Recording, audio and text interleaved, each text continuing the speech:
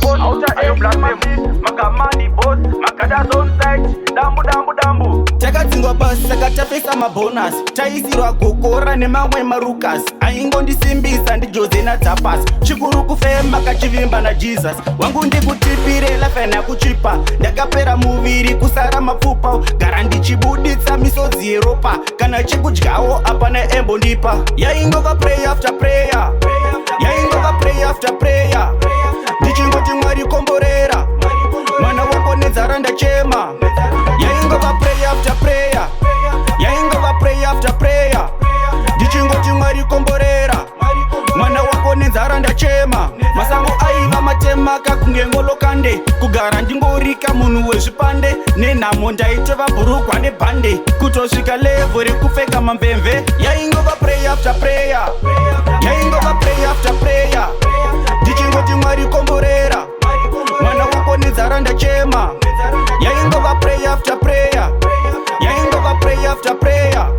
Ndichingoti Mwari komborera. Mwana wako nenzara ndachema. Ndakabva ndafokasa zvangu nemarecords. Ngoma vachigadzira tanikila DK. Shungu dzaitongoda tibudire UK.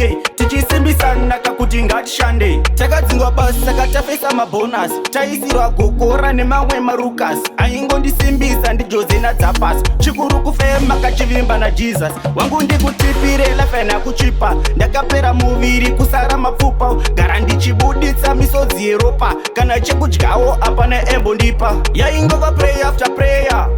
Yaingova pray after prayer. Ndichingoti Mwari komborera. Mwana wako nenzara ndachema. Yaingova pray after prayer. Yaingova pray after prayer. Ndichingoti Mwari komborera. Mwana wako nenzara ndachema. Masango aiva matema kakunge ngolo kande. Kugara ndingorika munhu wezvipande. Nenhamo ndaitova bhurukwa nebhande. Kutosvika level rekupfeka mamvemve. Yaingova pray after prayer. Yaingova pray after prayer.